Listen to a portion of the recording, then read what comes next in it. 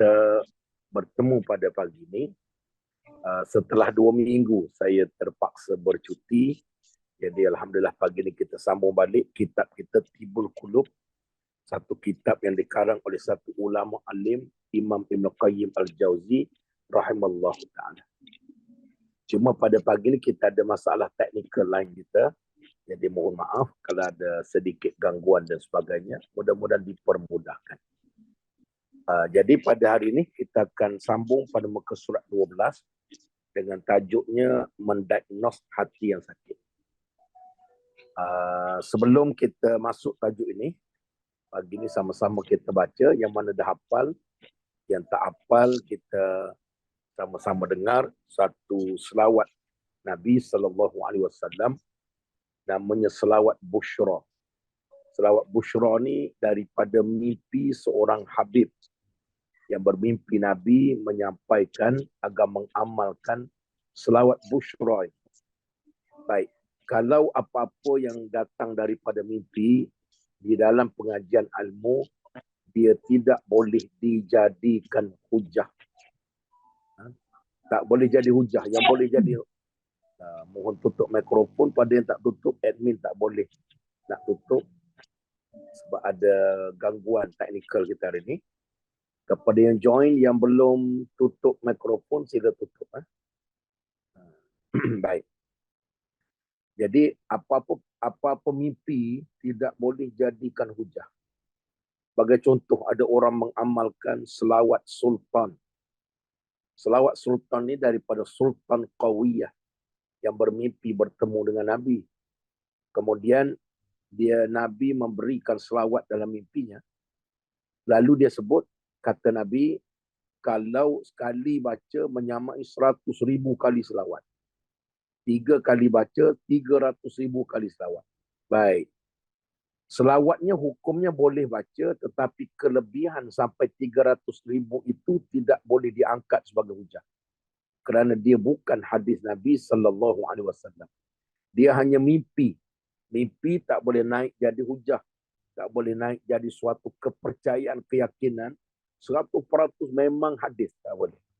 Apa yang ada dalam hadis, baru kita boleh yakin 100%. Sebagai contoh, kata Nabi, barang siapa yang bertasbih subhanallah wa bihamdihi subhanallahil azim, maka akan memberatkan timbangan amal. Maka itu ada hadis sahih. Maka yang tu wajib percayai kerana dia hadis. Kemudian kata Nabi, barang siapa yang membaca la ilaha illallah wahdahu la syarikalah lahul mulk wa lahul hamdu wa huwa ala kulli syai'in qadir sebanyak 100 kali, yang tu ada hadis, akan mendapat pahala membebaskan 10 orang hamba. Kalau seorang hamba harganya 300,000, 200,000, 10 hamba 2 juta. 2 juta dicatatkan pahala dalam buku catatan amal, yang tu ada hadis, wajib amal. Yang ni boleh amal tak? Selawat-selawat yang bukan daripada Nabi, boleh dan harus amal selagi tidak bercanggah dengan akidah dan syariat mengikut fatwa yang diberikan ulama. Cuma kelebihan-kelebihannya sebab dia datang daripada mimpi, daripada karangan, bukan daripada Nabi. Kelebihan itu harus dicermati. Tak boleh diyakini, oh baca ni 300,000, baca ni 100,000. Sebab dia bukan hadis. Dia hanya mimpi. Boleh jadi betul, boleh jadi tak betul. Kerana mungkin ada orang kata, oh mimpi bertemu Nabi. Mimpi bertemu Nabi, memang syaitan tak boleh menyerupai Nabi. Tetapi syaitan boleh tipu kita. Kita malam tadi mimpi bertemu Nabi. Kita ingat Nabi, tapi syaitan kata itu Nabi. Syaitan memang tak boleh menyerupai Nabi. Tetapi syaitan boleh tipu kita. Yang mengatakan mimpi kita itu katanya Nabi. Jadi sebab itu ulama-ulama mencadang, kalau nak baca silakanlah. Tetapi keutamaannya kepada yang ada hadis. Kemudian yang tak ada hadis, boleh baca, masih dapat pahala selawat dan bergantung pada hadis-hadis lain. Tapi kelebihan yang disebut melalui mimpi, yang dikarang, itu pengalaman mereka. kita tak boleh angkat menjadi sebagai suatu kepercayaan yang mutlak sama dengan hadis. Itu dari sudut disiplin ilmu agar kita tidak terlalu memberatkan perkara-perkara yang bukan dalilnya hadis. Bacanya silakan. Selawat busyra, selawat syifa, selawat tafrijiyah, selawat munjiyah, selawat apa pun. Baik, pagi ni sebagai lama dah kita tak bersama. Pagi ni saya tengok Abang Izzuddin kita pun tengah drive lagi tu, on the way ke office. Jadi insyaAllah mudah-mudahan selamat sampai Abang Din kita, hati-hati di jalan raya. Kan? Dan yang lain-lain pun mungkin masih dalam perjalanan. Mudah-mudahan dirahmati Allah. Baik. Yang mana dah hafal boleh sama-sama ikut. Tak payah buka mikrofon. Yang tak hafal boleh mudah-mudahan nanti kita hari itu dah bagi dah. Kalau boleh baca, bacalah dapat pahala selawat. Allahumma salli wa sallim ala sayyidina Muhammadin sahibil busyra salatan tubashiruna biha wa ahlana wa awladana wa jami'a masyaikhina ومعلمينا وطلبتنا وطالبتنا من يومنا هذا إلى يوم الآخرة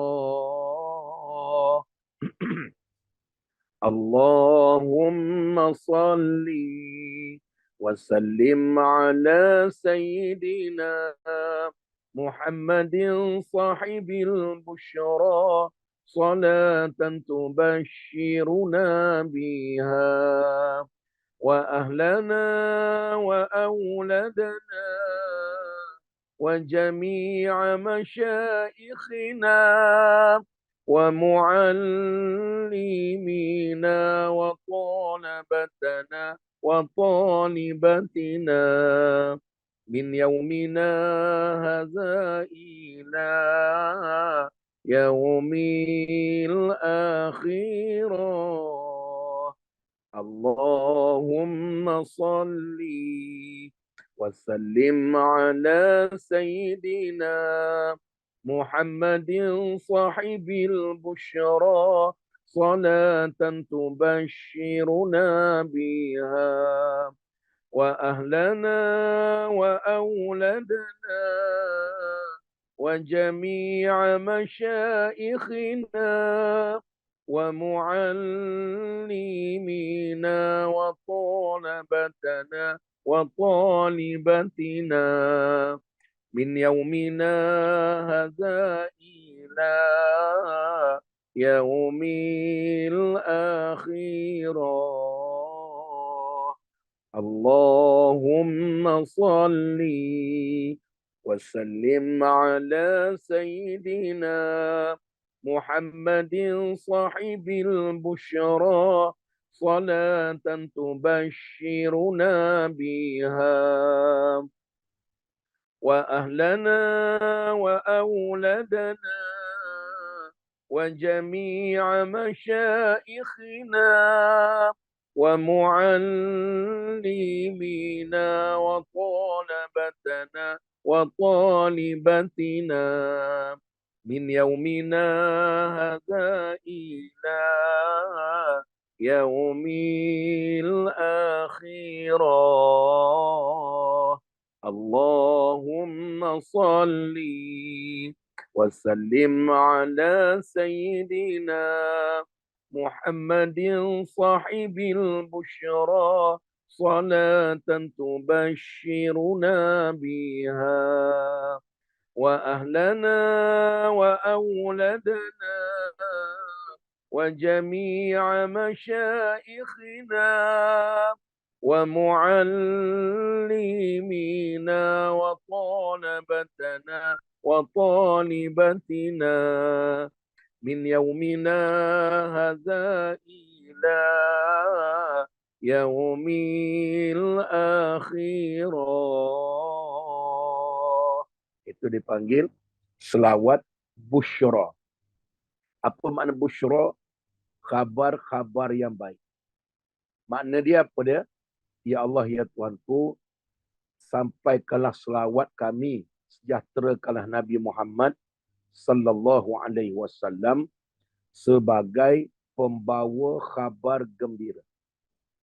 Nabi ni dia panggil datang ke bumi bawa khabar gembira. Lalu kita berdoa, ya Allah, ya Tuhanku, dengan keberkatan Nabi. Ini dia panggil tawasul. Tawasul ni dalam akidah Ahlussunnah wal Jamaah, hukum dia harus. Tapi dengan Nabi, dengan ulama-ulama orang alim. Bukan dengan ketua kampung. Bukan dengan habib-habib yang kadang-kadang sesat. Kita tawasul, terlalu mendewa-dewakan guru. Nak berdoa pada Allah pun menggunakan guru-guru kita jadi perantara. Harus kalau dia ulama-ulama memang diakui oleh dunia, alimnya. Tapi yang banyak jadi dalam Malaysia ni ajaran-ajaran sesat. Ayah Pin, ya Allah, aku bertawasul dengan keberkatan Ayah Pin. Sembuhkanlah penyakit aku. Dengan dia jadi Ayah Pin kamu kan? Dia Ayah Pin, dia jadi Ayah Pun. Sebab ikut apa? Ikut Ayah Pin. Maka sebab itu bertawasul dengan Nabi sebagai pembawa khabar gembira. Kita minta, ya Allah, dengan keberkatan Nabi, datangkanlah khabar gembira buat kami, untuk anak-anak kami, untuk guru-guru kami, muallim-muallim kami, dan kepada kami semua, wa talabatana wa talibatina, pelajar-pelajar yang sedang menuntut ilmu di kalangan yang lelaki dan perempuan, min yaumina hadza ila yaumil akhirah, daripada hari ini kau datangkan khabar-khabar baik saja untuk kami, dan mudah-mudahan sampai ke akhirat nanti kami hanya dapat khabar baik.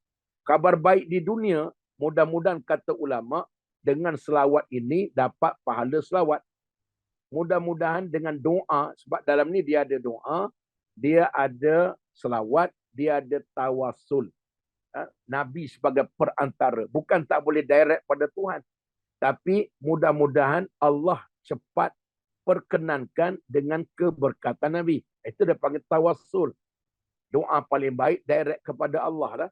Tapi dalam akidah Ahlussunnah wal Jamaah, dibenarkan bertawasul dengan Nabi, dengan para sahabat, dengan alim-alim ulama yang diiktiraf kebenarannya dengan kealiman mereka. Di dunia tak ada duit, Allah selesai. Itulah khabar gembira. Jahil, Allah bagi ilmu. Dihina, Allah muliakan. Hutang banyak, Allah bayar. Sakit, Allah sembuh. Rumah tangga masalah, Allah selesaikan. Otak rusing, Allah jadikan. Perniagaan tak maju, Allah majukan. Dengan berkat selawat yang bertawasul kepada Nabi. Di akhirat, dalam kubur, Allah selamatkan. Kemudian, di mahsyar, Allah selamatkan. Ketika timbang amal, Allah permudahkan. Ketika menitian-titian sirat, Allah lancarkan. Dan akhir sekali keselamatan mendapat syafaat Nabi, dan juga Al-Quran dan sebagainya datang tolong kita, maka masuk syurga Allah. Itulah busyra, khabar gembira di akhirat, dan mudah-mudahan dengan selawat itu khabar gembira di dunia. Jadi sambil-sambil dodoi cucu, dodoi anak, daripada duk nyanyi lagu Ellie Cat apa kan? Ku tunggumu di pintu syurga, kata Ellie Cat. Tak tahu lagi, tapi tunggu pintu neraka tak tahu. Jadi lebih baik selawat pada Nabi, selesai insya-Allah kan. Jadi saya nak cadang kepada semua, satu-satunya amalan yang Allah buat, Allah ni tak ada tempat. Allah ni tidak ada bila makan, tak ada tempat. Sebab tu kita menolak akidah yang kata Allah ni duduk di arash. Allah ni, arash itu makhluk Allah. Kita menolak suatu kepercayaan dan pahaman Allah duduk di arash. Allah ini bukan duduk di syurga. Tapi di syurga nanti kita boleh tengok zat Allah. Kita tak boleh kata, sekarang Allah ada kat syurga. Tak boleh. Allah duduk kat arash. Allah ni tidak bertempat. Allah ni tak boleh ditanya bila dia wujud, bila dia akhir. Kalau tanya jadi gila kita dan sesat. Dan tak boleh tanya apa kerja Allah sekarang ni, kan? Allah duduk kat mana, kan? Jadi kita hanya boleh tafakkaru fi khalqillah wala tafakkaru fillah. Atau kaedah mengaji tentang Allah, berfikirlah kamu tentang makhluk Allah. Wala tafakkaru fillah, jangan fikir tentang zat Allah. Allah Maha melihat. Jangan haram, batil membayangkan melihat Allah, mata Allah macam mata kita. Allah Maha mendengar. Haram, batil bila kita membayang telinga Allah dengar macam telinga kita. Allah ini berkata-kata, kita dah bayang mulut Allah bercakap macam mulut kita. Allah ini tak sama. Tak sama. Walam yakul lahu kufuwan ahad. Tak ada benda dalam dunia ni sama. Ini pun satu didikan hati. Jadi tengok makhluk Allah. Maka sebab itu, kita mohon kepada Allah, selawat ini antara amalan. Allah tak makan, Allah tak minum, Allah tak buat madrasah, Allah tak mengajar agama, Allah tak bayar zakat, Allah tak pergi umrah. Yang Allah buat sama dengan manusia buat, namanya selawat kepada Nabi. Sebab tu orang yang tak berselawat ni, orang yang paling rugi dunia akhirat.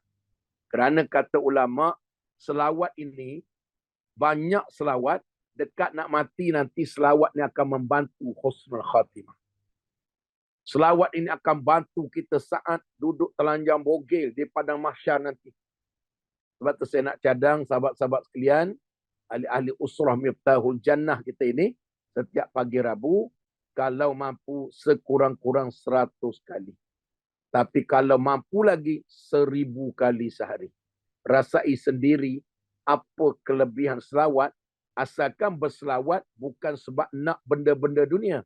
Selawatlah kerana buru redha Allah, untuk cinta akhirat, cinta Allah. Jangan bimbang yang dunia garanti datang. Jadi mudah-mudahan itu sebagai mukaddimah kita pada pagi ini. Baik, sama-sama kita tengok muka surat 12. Kepada yang dalam perjalanan, hati-hati ya dalam perjalanan. Mudah-mudahan diselamatkan. Diselamatkan. Selamat sampai ke ofis, selamat sampai destinasi. Sebab apa sekarang ni bahaya. Bawa kereta, bawa motor, tak boleh tengok depan saja. Tengok sama atas langit. Sebab dah ada jadi kes. Ingat aksiden dengan motor. Rupa aksiden dengan kapal terbang pun dah berlaku sekarang ni. Macam berlaku kat Elmina kan. Jadi mulai sekarang penunggang motor, penunggang kereta tak tengok kat depan dan belakang side mirror saja.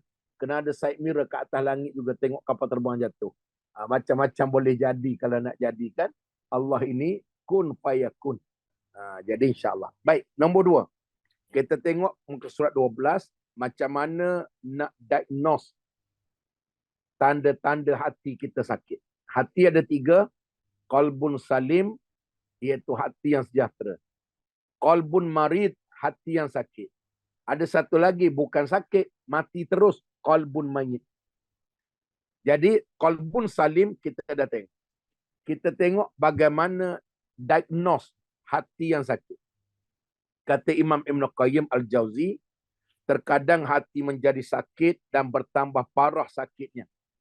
Akan tapi pemiliknya tidak tahu kerana kesibukan dan berpaling untuk mengetahui kesihatan hati dan sebab-sebabnya. Bahkan hatinya telah mati dan pemiliknya tidak sedar juga. Manusia ni kalau dalam bab rupa paras, 5 kali sehari basuh muka.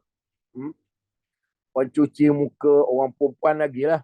Orang perempuan lagi sensitif. Naik jerawat batu satu, tak pergi pejabat 3 minggu. Orang perempuan ni pencuci muka lain.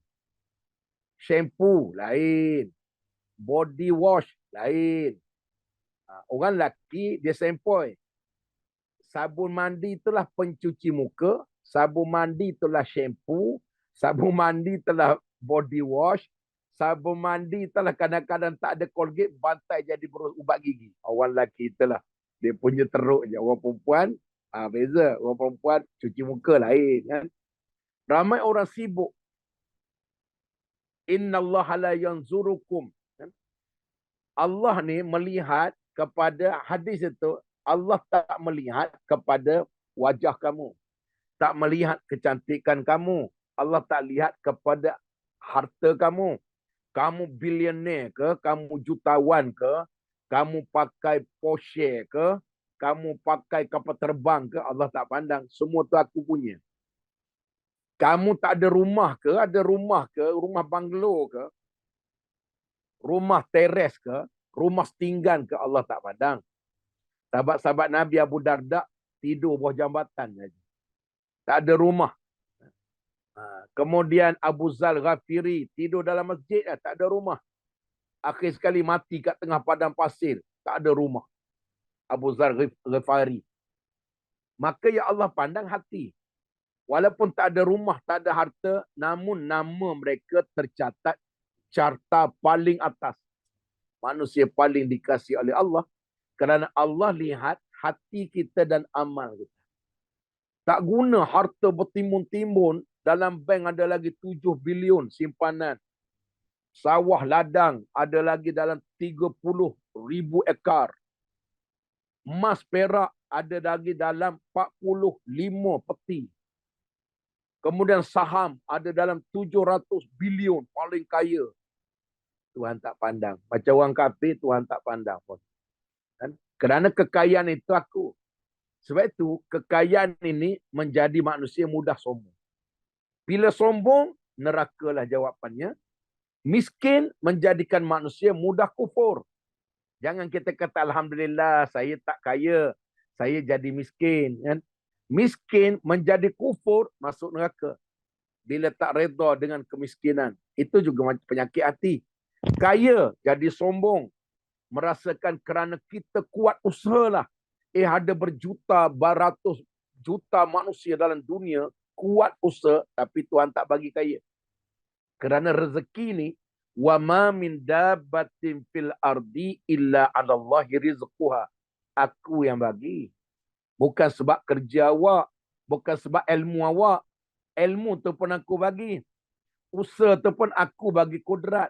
Tapi aku yang putus, aku ini Maha Razzaq, Maha pemberi rezeki. Jadi sebab itu, orang-orang yang kaya mudah jadi sombong. Sebesar zarah dalam hati ada sombong. Walaupun sembahyang 5 rakaat, 5 waktu tak berhenti. Tutup aurat, sedekah, tapi ada sombong. Sombong itu membakar semua amal-amal ibadah masuk neraka. Kerana sombong ini sifat Allah. Iaitu Al-Mutakabbir. Maha sombong. Allah kata barang siapa hidup atas muka bumi, dalam hatinya, dengan kecantikannya, dengan hartanya, dengan kejayaannya, dengan pangkatnya, jadi sombong. Mereka telah curi aku punya sifat, maka jadilah kamu pengikut iblis laknatullah, aba wastakbara wa kana minal kafirin. Iblis dulu asalnya ketua para malaikat beribadah dalam syurga. Kerana sombong, penyakit hati, tak boleh sujud kepada Adam, nampak Adam lekeh, buat daripada tanah, dia daripada api, rasa lebih mulia. Dia lebih dahulu dicipta, Adam kemudian. Patut Adam respect gua. Ini saya pula kata gua mau respect dia, mana boleh. Akhir sekali kata Allah, aku lempar kamu kerana kesombongan.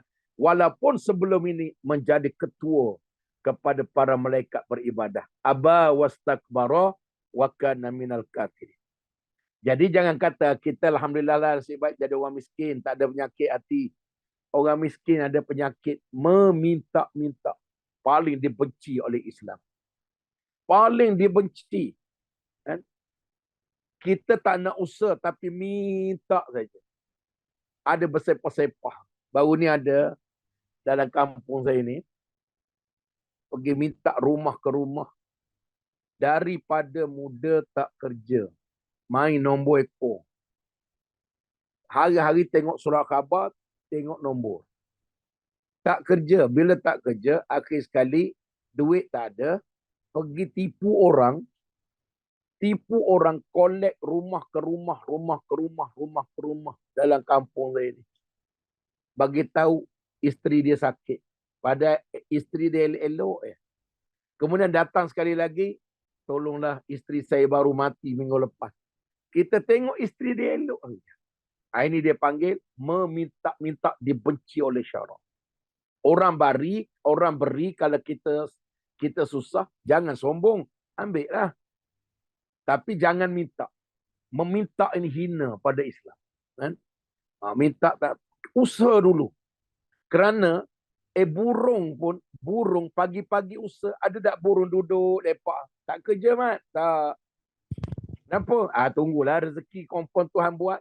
Burung pun pagi naik matahari terus keluar cari makan. Burung pun bertanggungjawab dalam hidup. Kita pagi-pagi membuta sampai pukul 12. Lebih buruk daripada burung yang tak ada otak. Maka kalau macam ni malu pada binatang. Kerana apa? Kita sibuk duk minta. Itu penyakit orang susah. Itu penyakit hati. Orang kaya sombong. Orang miskin kufur. Itu juga penyakit hati. Baik, muslimin muslimat yang dirahmati, yang dikasihi oleh Allah Subhanahu wa taala. Tanda-tanda orang yang hatinya sakit dan mungkin mati. Yang pertama, dia tak merasa sakit luka diakibat perbuatan maksiat. Sebab tu saya pernah sebut dulu, hati ini bagaikan telapak kaki. Tapak kaki. Hati ini macam tapak kaki.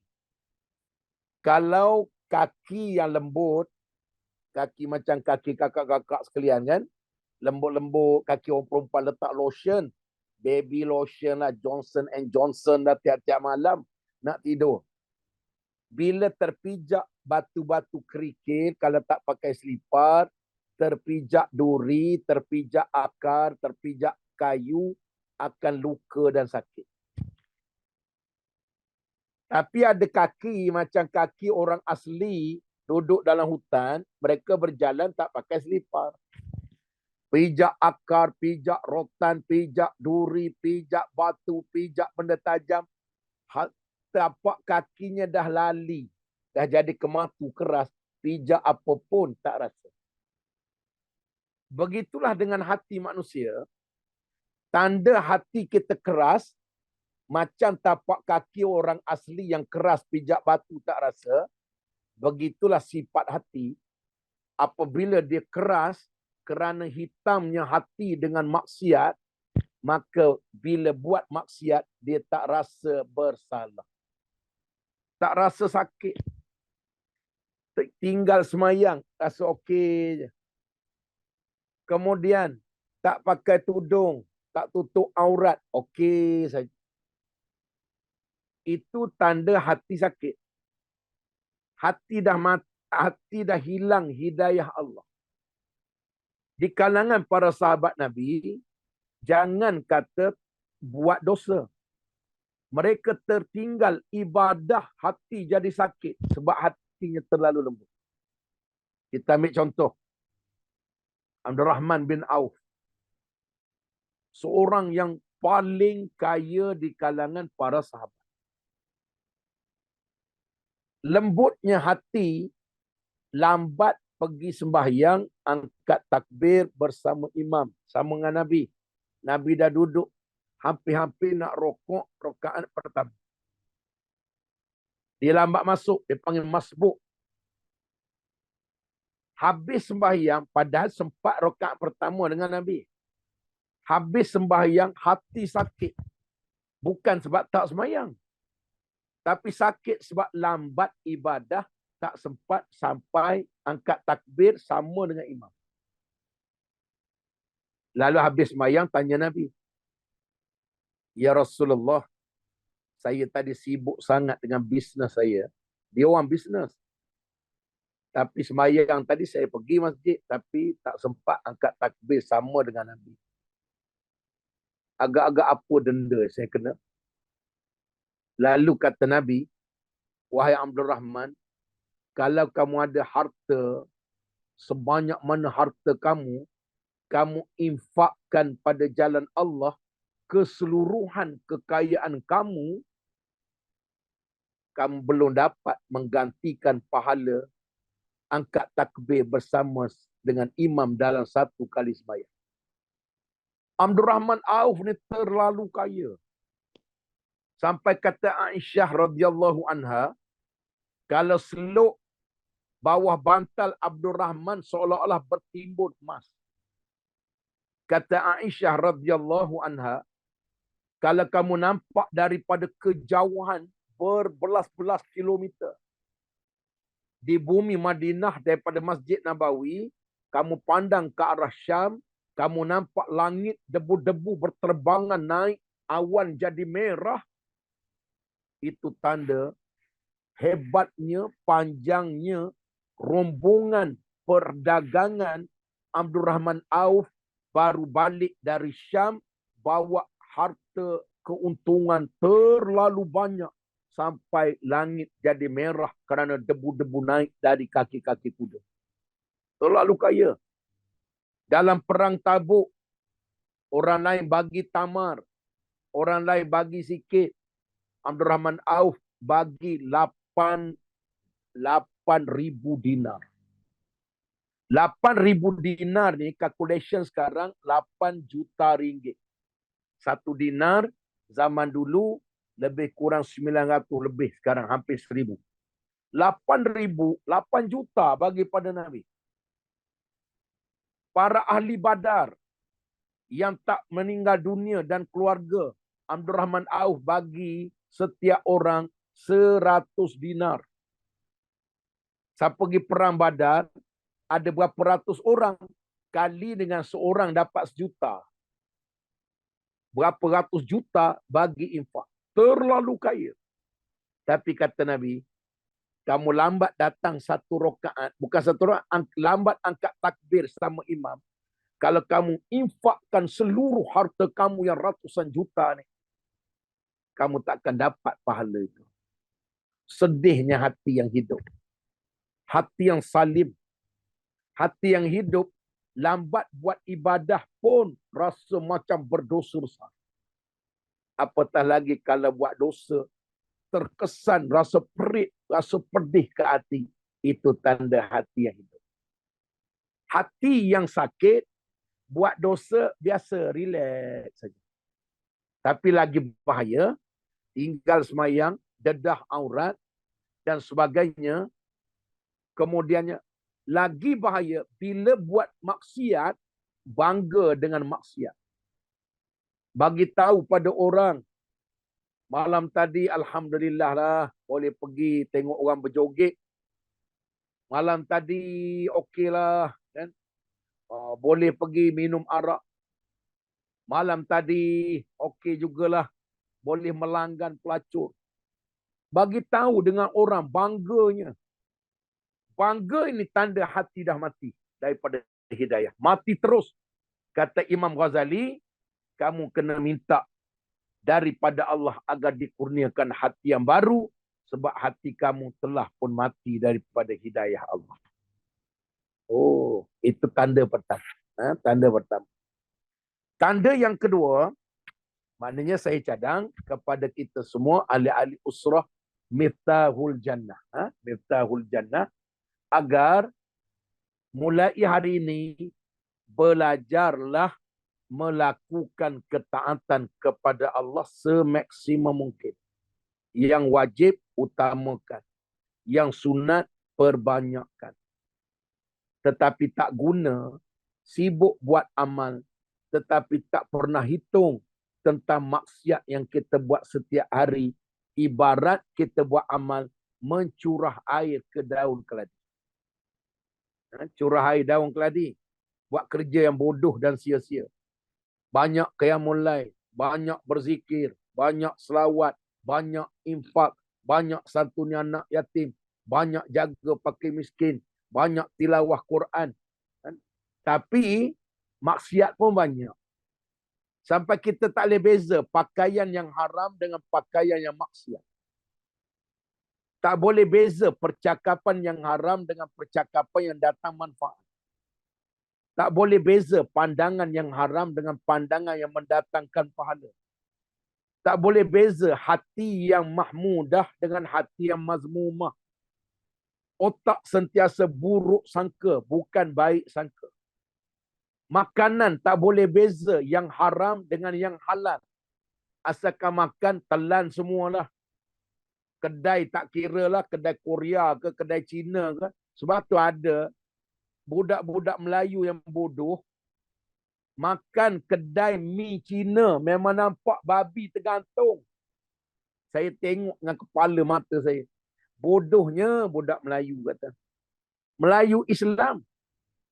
Bila kita tanya, dek, ni kedai Cina lah. Tak apa Ustaz, kita makan mi dia. Babi dia tak makan. Itik dia tak makan. Itik cekik. Itik cocok lidi tu.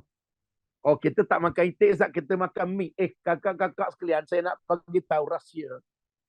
Mi, carilah mi kuning kat kedai yang Melayu buat. Yang Islam buat.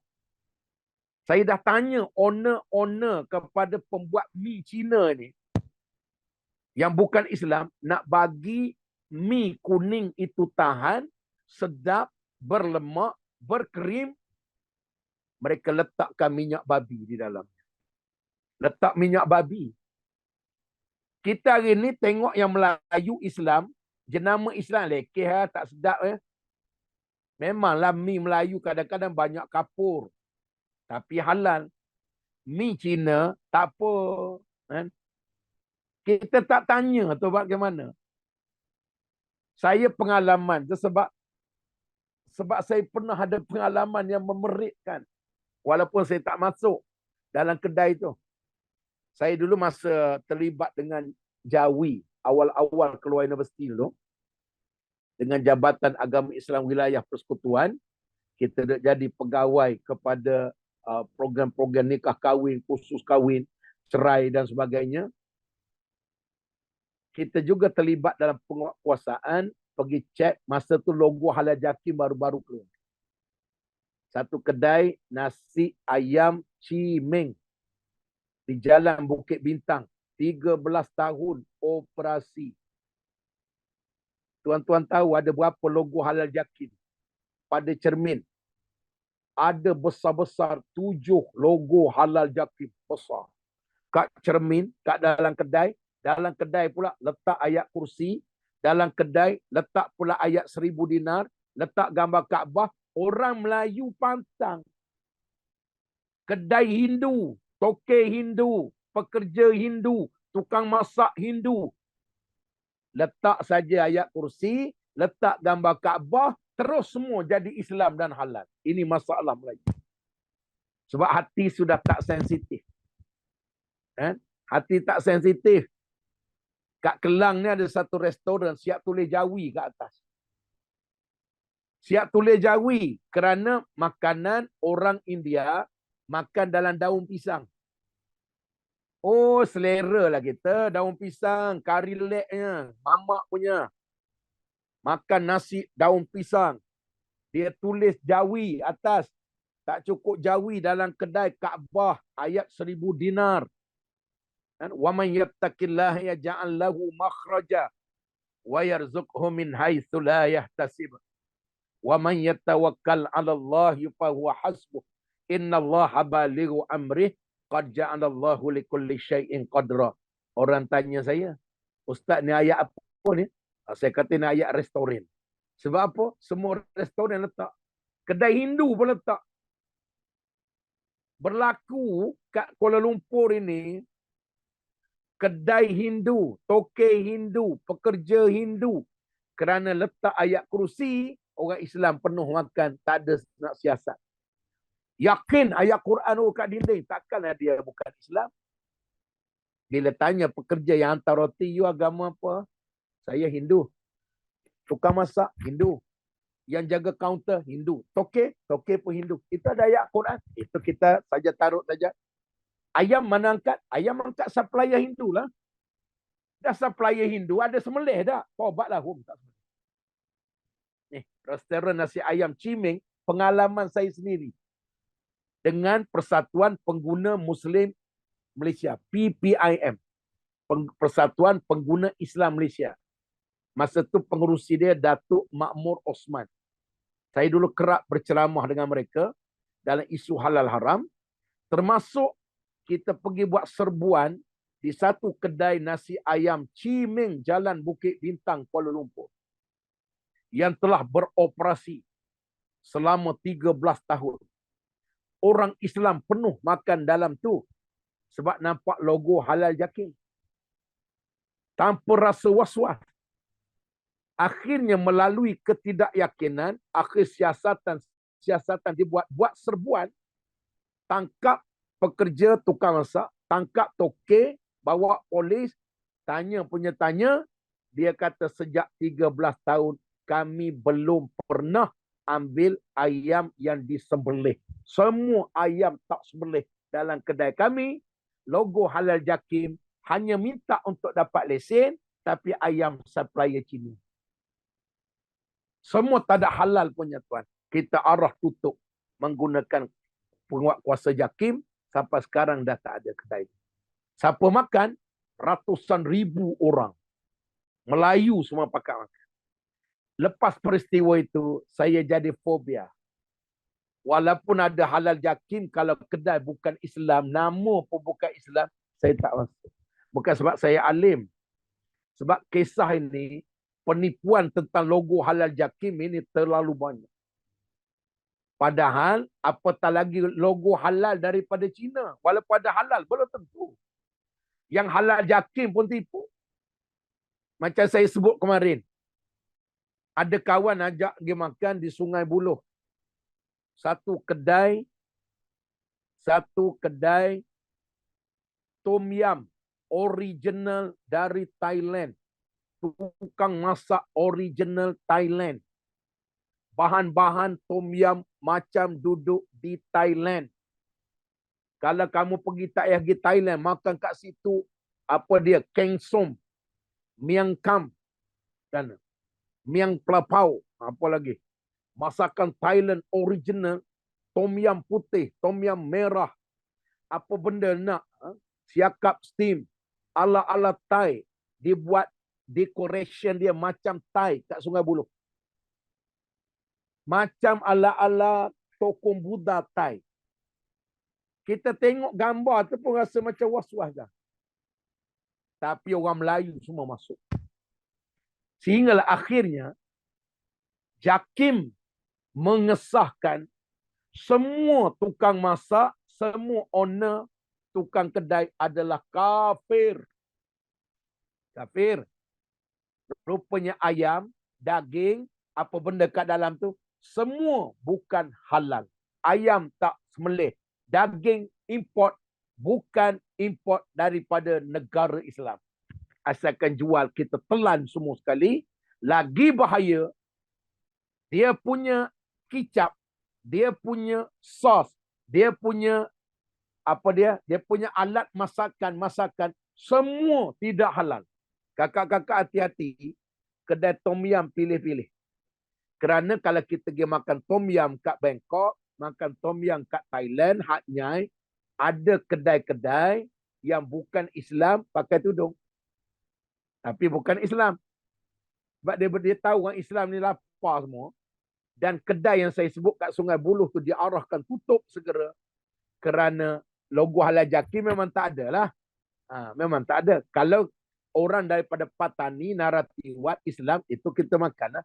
Yang ni operate-nya orang Thailand, boleh cakap Melayu, kita rasa Islam. Rupa mereka mengaku, kawan-kawan saya kat Thailand, saya dulu tiap-tiap bulan dia ceramah di selatan Thailand. Mereka sebut, Ustaz hati-hati.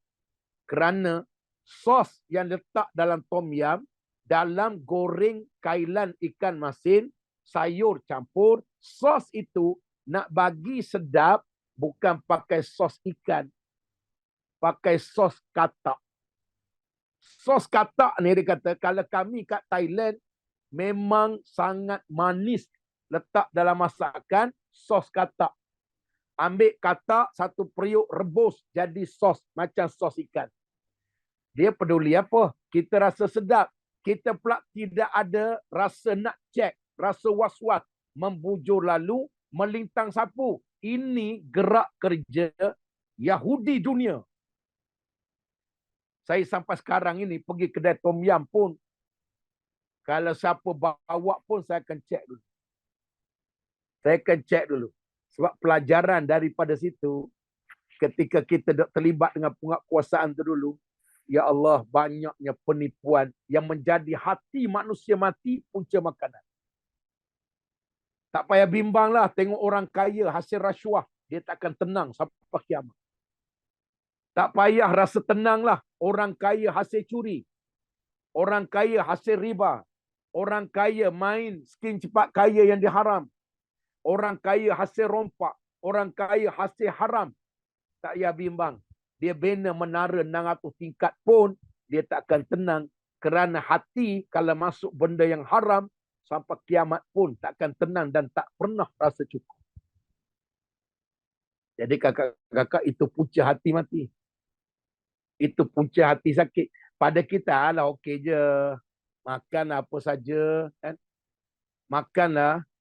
Saya kalau nak perhalusi lagi, kalau kakak-kakak pergi pusat penyembelihan, saya banyak kali dibawa ke pusat penyembelihan Kentucky Fried Chicken. Kerana dulu saya dan anak-anak saya haramkan makan Kentucky. Dulu.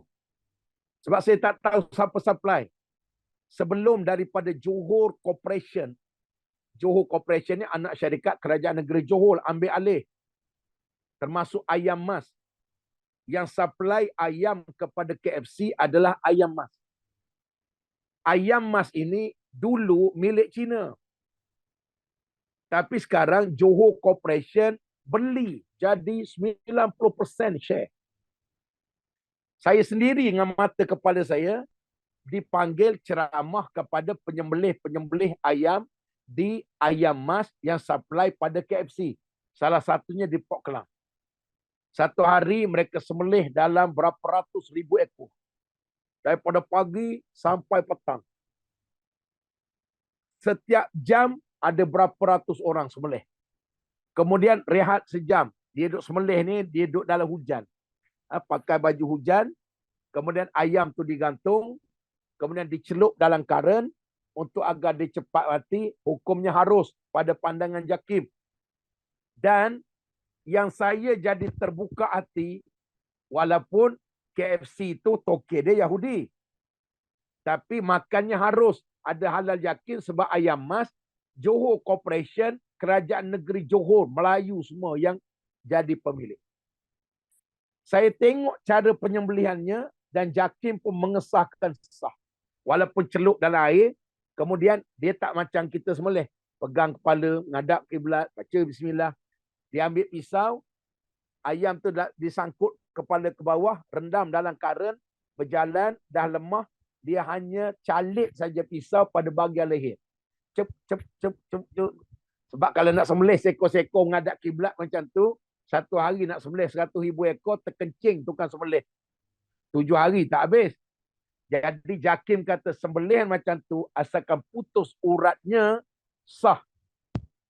Dan lagi rasa tenang hati, ada 4 pegawai yang menyelia di Ayam Mas itu, semua balik dalam bidang syariah Universiti Al-Azhar Mesir. Mereka jemput saya. Dia panggil semua. Walaupun yang sembelih tu banyak Bangla Islam. Semua Islam. Tapi saya rasa lepas pada tu hari-hari aku pergi KFC. Kan? Sekarang pun tidur dalam KFC. Kan? Dulu saya tak berapa nak makan. Sebab kita tengok ayamnya supply kat mana. Kakak-kakak, ayam ini, kalau sembelih, kalau nak jaga hati, kat kedai tu pun, pukul 4 pagi dah sembelih ayam. Sembelih campak dalam bakul. Ayam menggelepar. Belum mati. Campak yang nombor 2. Ayam yang dalam bakul tu mati bukan sebab sampai masa. Mati sebab ditindih oleh kawan-kawan ayam. Kalau nak jaga hati, ayam tu mati syubhat. Tapi sebab kita jenis tak nak hafal Quran, tak nak hafal hadis, telan lah semua. Ayam yang paling baik sembelih sendiri ya. Tapi susah nak dapat. Oleh kerana Islam sembelih, makan je lah. Tapi kalau orang nak jaga hati, Betul-betul tengok ayam tu sembelih, tak nak makan. Sebab ayam tu mati, belum sampai masa mati. Tapi sebab ayam lain 10 ekor tindih dia, patut mati lagi seminit. Mati cepat aku. Mati bukan kerana sembelih, mati kerana ditindih oleh ayam. Itu pun kalau nak fikir subhat. Tapi telan sajalah. Lebih baik daripada ayam cekik terus. Itu isu hati, puncanya makanan haram, makanan syubhat. Oh, panjang kalau kita nak ceramah tajuk ni. Pada kita okey je. Kita banyak zikir, tapi hari-hari hantam yang haram. Haram ini bukan haram pada dari sudut makan babi saja. Tapi haram dari sudut sumbernya. Rasuah, mencuri, orang bekerja, ponting kerja, dia tak akan berkat. Itu juga haram.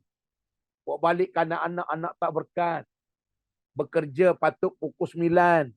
Tapi kita punch card pukul 9 sampai 11 duduk kedai kopi.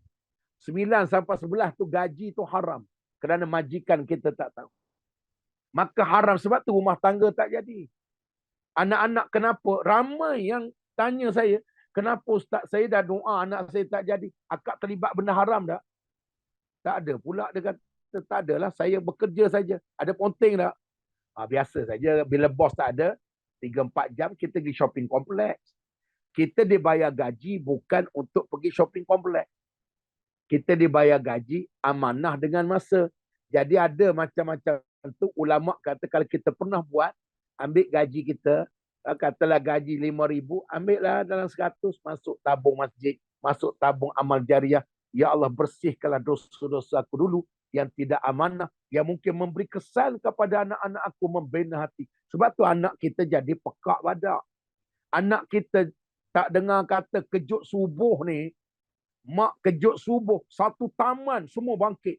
Kuatnya suara mak, macam suara badang. Kan? Sebab apa? Kejut anak tak bangkit. Sebab apa? Punca hati keras. Jadi kakak-kakak abang sekalian, itu antara kita nak sebut pada hari ini. Dah pukul 9.16 dah. Tak bergerak lagi daripada satu poin. Ya. Baik. Itu dia panggil apabila buat maksiat, kita tak rasa luka pedih. Kalau hati kita tak sembahyang, makan haram, rasa pedih kat dalam. Ya Allah, bimbangnya. Makan benda haram, nanti pasti dibakar dalam neraka walaupun sebesar zarah. Makan hasil judi, makan hasil nombor ekor, makan hasil curi, makan hasil rasuah. Kita semayang loh. Dibakar dalam neraka Allah kerana masuk benda haram menjadi punca hati sakit, hati mati. Bila gelap hati, punca hati kotor ni ada 4. Yang pertama akidah batil. Yang keduanya makan yang haram. Yang ketiganya jahil agama. Yang keempat terlibat dengan pelbagai ragam maksiat. Semua kumpul ke hati. Sebab tu hati nak berzikir tak seronok. Nak masuk kuliah ilmu menyampah. Tengok muka ustaz pun menyampah. Tengok majlis berjoget seronok. Sebab apa? Hati penuh dengan kehitaman. Yang ni. Yang kita duk mengaji kitab ni untuk hurai perkara itu. Yang Nabi datang jernihkan hati. Bila hati jernih, barang yang tadi tak indah. Bila hati jernih, ada masalah duit, masalah rumah tangga, masalah anak, masalah tempat kerja, masalah bisnes jatuh, jual barang tak laku. Hati jernih, dia akan positive thinking. Kerana cahaya dalam hati tanpa dosa, dia akan melahirkan pemikiran yang cerdas kembali kepada Allah. Tapi kalau hati tak jernih, punca akidah batin. Hati tak jernih, punca daripada makan yang haram. Hati tak jernih, punca jahil agama. Hati tak jernih, punca daripada terlibat dengan pelbagai aneka ragam maksiat. Datang masalah, mula lupa diri, lupa Tuhan. Kelam kabut, habislah macam mana, sudahlah. Bila sakit, sudahlah, kenapalah orang tu, aku ni semayang, yang tu tak semayang, dia elok saja. Kenapalah kawan tu, Jiran tu beli sofa baru, beli kereta baru yang kita tak boleh tukar-tukar kereta. Hati sakit. Tengok pencapaian orang mula sakit. Kemudian tengok orang jatuh mula senang. Bila kita ada masalah, mula serabut perut, mula resah gelisah, itu tanda hati kotor. Sebab tu kita kena diagnose. Kena diagnose, kenal pasti sakit apa, macam doktor. Kalau hati tersakit, ada ubat dia. Ubat dia zikrullah, ubat dia istighfar, ubat dia taubat. Kita akan jumpa dalam kitab ni ke depan. Tapi kalau hati itu mati, tak ada ubat lagi. Macam doktor lah. Kita pergi bawa jenazah ke doktor. Mau cek apa ni? Nak tengok cek bapak saya ni. Sakit ke macam mana? Doktor cek. Oh, ini nadi dah tak ada, mati dah ni. Tengok kat sini, mati dah. Kalau mati ada ubat tak doktor? Doktor kata dengan awak mati saja. Dah mati mana ada ubat. Hati pun kalau mati, baca Quran tak seronok. Yang dia nampak benci. Orang tegur pasal Islam, dia benci.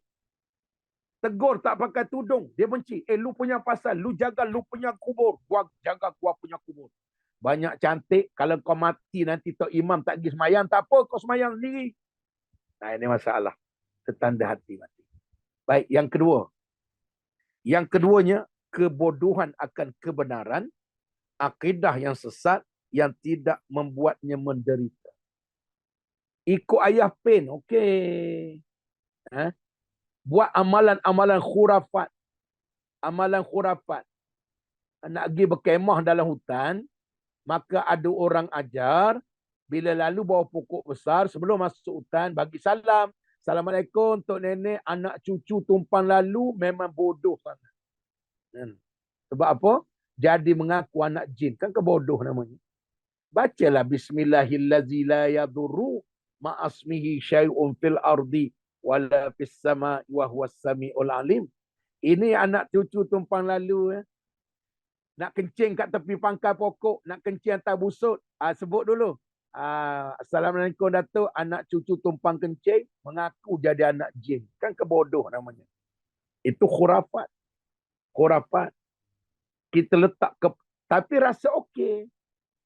Ikut ajaran batil. Okey, hari ni orang ikut ajaran sesat, dia tak rasa dia sesat.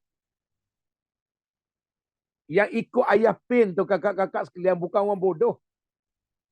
Ada lawyer, ada doktor, ada engineer, ada teknokrat, ada konglomerat yang ikut dia. Sebab tu dana ayah pin yang sesat kerajaan langit. Mengaku Tuhan itu ada orang cerita. Tapi hatinya kotor. Yang mengikut ajaran Milah Ibrahim. Seorang wanita yang bawa ajaran Milah Ibrahim. Yang ditangkap di Selangor ini, seorang wanita pakai jubah serba hitam, mengaku bahawa kita dah tak boleh ikut ajaran Islam sekarang. Kita kena mengikut ajaran Nabi Ibrahim. Dulu kerana Nabi Ibrahim, Nabi Muhammad kan ikut Nabi Ibrahim, kita kembali kepada ajaran Nabi Ibrahim. Dia pun bawa zikir dia. Sesat. Kita hari ni tak ngaji agama, pantang tengok orang janggut panjang. Pantang tengok tasbih kat tangan. Pantang tengok serban besar. Pantang tengok pakai jubah. Yang didakwa sesat di dalam Jawi, Jakim, Jais ini, semua pakai jubah. Semua bertasbih. Semua berzikir. Daripada 90% yang difatwakan sesat, semua ada zikir. Kita tak sedar diri, oh hebatlah saya. Kita tak pernah ngaji agama, terjun kepada bidang kebatinan, kerohanian. Seronoknya orang berzikir sampai 50,000 pagi. La ilaha illallah. Kemudian akhir sekali mabuk. Dia ikut jalan dia. Zikir itu bagus. Tapi ada zikir yang tak betul. Akhir sekali, mula programkan mesti taksub dengan guru. Taksub dengan guru. Guru tu buat salah. Dulu dalam drama Kerajaan Langit. Kan? Suara dari langit ke Kerajaan Langit. Guru tidur dengan anak murid perempuan. Ini dia panggil pengorbanan dalam agama. Kan bodoh namanya. Berzikir banyak, tak payah sembahyang. Itu kan batil, sesat, bodoh. Tapi dia kata, kita tak pernah mengaji, seronok duduk dalam grup itu, kita sudah tinggi makamnya, kata guru. Makam awak telah tinggi kerana sehari berzikir 10,000, makin naik, makin naik, makin dekat dengan Tuhan. Bila dekat dengan Tuhan, bab-bab semayang, puasa, tak payah lagi kisah. Kerana kita sudah berada pada makam yang tertinggi. Itu dia panggil kebodohan. Yang kadang tak sedar. Itu sebab tu, kita tak boleh suluh. Kita sesat pun, orang panggil sesat, kita tak mengaku. Kita sesat jalan, tak mengaku. Yang baru ni, ajaran Sihab. Sihab. Kan? Sihab tu mengaku Nabi Muhammad sebagai Tuhan. Ini sudah gila. Seorang profesor nama Suhaimi bubuh ajaran Sihab. Dipatuakan oleh Johor dan semua negeri. Haram, batil, sesat, lagi menyesatkan. Tapi dia upah semua, pakat-pakat, semua buat video, buat TikTok, saya memahami ajaran Sihab dan saya memang pengikut, kami yakin Nabi Muhammad ini adalah Allah Ta'ala Tuhan sebenarnya. Kegilaan yang berlaku. Bila kita tegur, marah. Sebab tu hati-hati saya sebut dulu. Mereka jual air. Jual air, konon-konon jampi. Orang kita ni satu lagi. Tak boleh tengok orang jual air. Semua benda nak sebut Quran, pakat beli. Siapa minum air Sihab itu, dia ada jin. Automatik akan taksub dengan tok guru dia tu.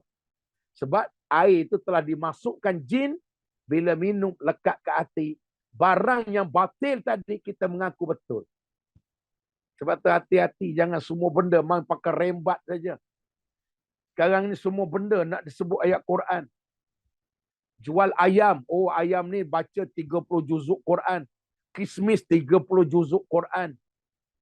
Air penawar 30 juzuk Quran. Air apa lagi? Jual minyak wangi 30 juzuk Quran. Sebab saya juga terlibat, pernah pergi tangkap satu rumah. Jual air 30 juzuk Quran ini penipu hangit. Beli air mineral 100,000 botol tanpa label. Buang label kat kedai, IC Master. Buang label, IC Master. Itu 80 sen je beli kat kedai Pasar Borong. Jual RM30. Air syifa 30 juzuk Quran. Bila kita pergi buat serbuan, rupa-rupanya bukan dia baca. Dia letak dalam rumah dia berpuluh ribu botol. Dia pasang Quran Sudais tanpa label 30 juzuk, 80 sen, jual RM30. Semua pakat beli, kena tipu angin-angin. Sebab apa? Sebab kita tak boleh nak faham mana yang betul, mana tak betul. Jadi hati-hati sekarang, semua benda nak digunakan Al-Quran. Inilah dipanggil tunggang agama. Tapi bila orang bawa kebenaran, bawa Quran, bawa hadis, kita panggil tunggang agama. Tapi kita kena tipu pada penumbang agama ni. Buat umrah, tipu orang. Buat badal haji, tipu orang. Buat haji, tipu orang. Macam-macam pesen. Itu tak kata penunggang agama. Tapi orang bawa Quran sunnah, dituduh. Oh, penunggang agama. Yang kita kena tunggang hari-hari, kita tak tahu. Jadi, akhir sekali kakak-kakak, hari ini dapat satu perenggan saja. Kerana ketika hati itu hidup, dia akan merasakan sakitnya perbuatan buruk yang menimpa dan merasakan pedihnya ketidaktahuan akan hal yang benar sesuai tingkat kehidupan hati. Kalau hati kita hidup salim, buat jahat terasa pedih ke hati. Hari ni, minggu ni tak boleh baca Quran, terasa. Tadi tengok benda haram, terasa. Itu tanda hati itu. Lama dah tak pergi masjid, hati rasa memberontak. Itu tanda syaitan dah tak boleh kuasai hati. Tapi kalau tak lama tak ibadah, tak seronok ibadah, ada ujian jadi gelisah, itu tanda syaitan sedang bertakhta di hati kita. Kena cari program yang boleh menyahkan syaitan daripada hidup kita dengan zikrullah, dengan Al-Quran, dengan akidah yang jernih. Jangan makan yang haram, teruskan taat kepada Allah. Lama-lama hati akan jernih.